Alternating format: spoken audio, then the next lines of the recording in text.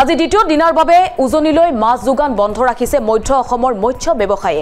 এই যোগান বন্ধ অব্যাহত থাকিলে শীঘ্ৰেই উজনি বজাৰত মাছৰ নাটনি হোৱাৰ আশংকা কৰিছে ব্যৱসায়ীসকলে।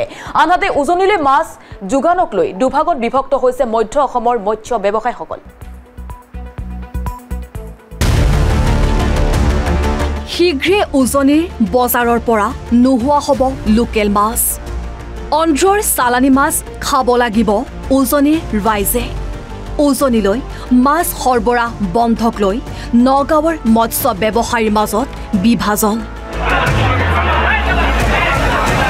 উজনি অসমত মিয়া হাতাও অভিযানৰ পাছতে সংখ্যালঘু লোকক নিপীড়নৰ অভিযোগত উজনি অসমলৈ মাছ নপঠোৱাৰ ঘোষণা কৰিছিল নগাঁৱৰ একাংশ মৎস্য ব্যৱসায়ীয়ে। মীনপালক সন্থাই থিৰাং কৰিছো যে অনাগত দিনত অনিৰ্দিষ্ট কাললৈ আমি আমাৰ যি মূল্যৱান সম্পদ মাছ আমি উজনি অসমত ৰপ্তানি নকৰোঁ। বিশেষকৈ তিনিচুকীয়া আৰু শিৱসাগৰত দৰকাৰ পৰিলে আমি মাছ পচাই দিম, তথাপি উজনি অসমৰ কোনো জিলাত আমি মাছ ৰপ্তানি নকৰোঁ।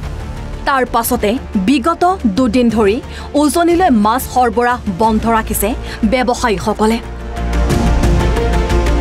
কিন্তু এতিয়া উজনিলৈ মাছ পঠোৱা নপঠোৱাক লৈ নগাঁৱৰ মৎস্য ব্যৱসায়ীসকলৰ মাজতে সৃষ্টি হৈছে মতানৈক্যৰ। উজনিলৈ মাছৰ যোগান বন্ধ কৰাত আপত্তি একাংশ ব্যৱসায়ীৰ। দুখীয়া মৎস্য ব্যৱসায়ীৰ অৱস্থা প্ৰতি লক্ষ্য ৰাখি সৰবৰাহ কৰাৰ আহ্বান। আমি শুনা মতে মানে জুৰিয়া ছাইডৰ নে কোনোবা ছাইডৰ লোকেল মাছৰ কোনোবা হেৰিয়ে মানে আপোনাৰ তিনিচুকীয়া আৰু হেৰিলৈ যোৰহাটলৈ মাছ মানে নপঠাওঁ বুলি কৈছে। এইটো এটা বেয়া কথা। ব্যৱসায়িকৰ হেৰি এতিয়া এজনৰ বক্তব্যৰ কাৰণে এতিয়া গোটেই মানুহখিনিৰ অশান্তি এটা পৰিৱেশৰ সৃষ্টি হৈ আছে। আমি ৰিকুৱেষ্ট কৰিছোঁ যোনে এনেকুৱা বক্তব্য দিছে তেওঁ ক্ষমা খুজি লওক, ক্ষমা খুজি বস্তুটো শুধৰাই লওক। সেইটোৱে আমাৰ হেৰি ৰিকুৱেষ্ট থাকিব। আনহাতে মাছ বিক্ৰীক লৈ নগাঁৱৰ বৰবজাৰত আজি অপ্ৰীতিকৰ পৰিস্থিতিৰ সৃষ্টি হয়। এটা বিশেষ সম্প্ৰদায়ৰ লোকক মাছ বিক্ৰী কৰাত বাধা দিয়ে বীৰ লাচিত সেনাৰ সদস্যসকলে। তেওঁলোকে উভতাই পঠিয়াই বজাৰলৈ বিক্ৰীৰ বাবে অনা মাছ। খিলঞ্জীয়া মীন পালকৰ বাহিৰে আন কাকো মাছ বিক্ৰী কৰিবলৈ দিয়া নহ'ব বুলি ঘোষণা কৰাত বিপদত পৰে ব্যৱসায়ীসকল। আপোনাক মই কৈছোঁ, তেওঁলোকে যদি শিৱসাগৰ ৰপ্তানি নকৰে তেন্তে নগাঁৱতো মাল আনিব নোৱাৰে। জুৰিয়া মৈৰাবাৰীৰ ফালৰ পৰা মুঠতে নগাঁৱতো আমি সোমাব নিদিওঁ। কাৰণ আজি বছৰ বছৰ ধৰি আপোনালোকে ব্যৱসায় কৰিছে, কিবা অসুবিধা পাইছে, কোনোবাই কিবা হেৰি কৰিছে নাই পোৱা। কিন্তু তেওঁলোকে যিটো মন্তব্য দিছে সেইটো মন্তব্যৰ ক্ষমা নহয়, ৰাজহুৱাভাৱে ৰাইজৰ ওচৰত আঁঠুকাঢ়ি ক্ষমা খুজিব লাগিব। তেতিয়া নোখোজা পৰ্যন্ত আপোনাৰ জুৰিয়া মৈৰাবাৰী সেইফালৰ মাছ কিন্তু আমি ইয়াত সোমাব নিদিওঁ। এইটো আপোনাক জনাই দিছোঁ একদম আপোনাক মহোদয়।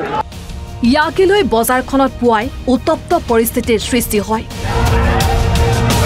পাছত আৰক্ষীয়ে লাচিত সেনাৰ সদস্য বিতুপন শইকীয়া আৰু দৰ্পণ বৰাক আটক কৰে।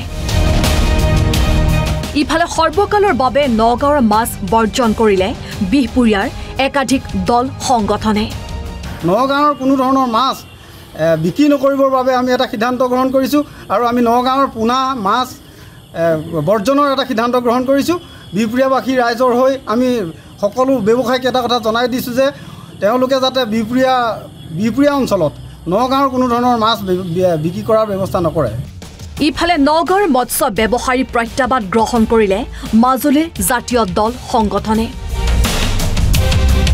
নৈ, বিল, জলাশয়, পুখুৰীৰ মাছেৰে মাজুলীৰ ৰাইজৰ চাহিদা পূৰোৱাৰ ঘোষণা কৰিলে জাতীয় সংগঠনসমূহে। নগাঁও মাছ নহ'লেও আমাৰ মাছ ইয়াত চলিব।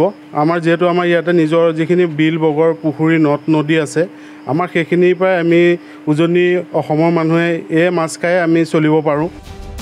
আনহাতে দেৰগাঁৱৰ নিকটৱৰ্তী কৰাইখোৱা মাছৰ বজাৰত দেখা গৈছে থলুৱা মাছৰ ব্যাপক পয়োভৰ।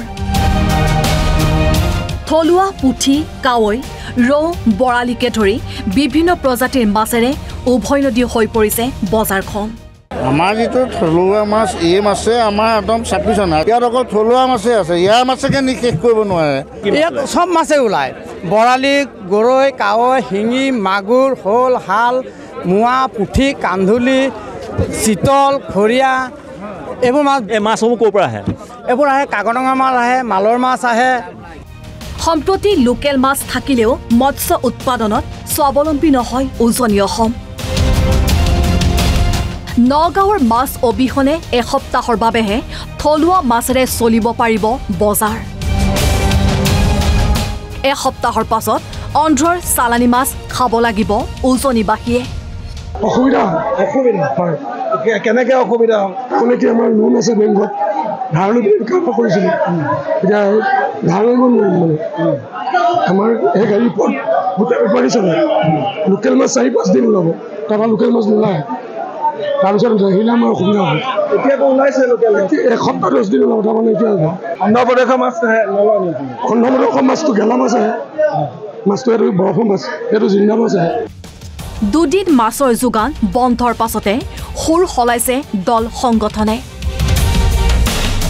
পূৰ্বতকৈ নৰম স্থিতি গ্ৰহণ কৰিছে সংগঠনসমূহে আমি কেতিয়াও অৰ্থনৈতিক অৱৰোধৰ ঘোষণা কৰা নাছিলোঁ আমাৰ যুঁজখন আছিলে খিলঞ্জীয়া আৰু অখিলঞ্জীয়াৰ মাজৰ যুঁজ নিজাববীয়াকৈ নগাঁৱৰ মৎস্য ব্যৱসায়ী সন্থাই আচলতে এই যুঁজখনৰ আৰম্ভণি কৰিছিল তেওঁলোকে প্ৰত্যাহ্বান জনাইছিলে যে উজনি অসমৰ লগতে শিৱসাগৰৰ মাছ নপঠিয়াই তেনেধৰণৰ দম্ভালি যেতিয়া আমাৰ খিলঞ্জীয়াৰ ওপৰত পৰিব তেনে দম্ভালিক আমি কোনো কাৰণতে সহ্য নকৰোঁ তাৰ ফলশ্ৰুতিত আচলতে উজনি অসমলৈ তেওঁলোকে মাছ সৰবৰাহ বন্ধ কৰিছিলে আৰু সেই প্ৰত্যাহ্বান গ্ৰহণ কৰিছিলোঁ কিন্তু এতিয়া যিহেতু যথেষ্ট অসুবিধাৰ সন্মুখীন হৈছে সাধাৰণ মানুহ যেহেতু অসুবিধাৰ সন্মুখীন হৈছে গতিকে এই প্ৰত্যাহ্বান তেখেতলোকে জনাইছিলে প্ৰত্যাহ্বান আমি গ্ৰহণ কৰিছোঁ গতিকে অসুবিধা আমাৰ নাই হোৱা অসুবিধা তেখেতলোকৰ হৈছে গতিকে ৰাইজক উপকৃত হোৱাকৈ যদি তেখেতলোকে কিবা ব্যৱস্থা লয় তাত আমাৰ ক'বলগীয়া কথা নাই অৱশ্যে দল সংগঠনে বাধা দিয়া স্বত্তেও নগণ্য সংখ্যক মাছৰ গাড়ী উজনিলৈ গৈ আছে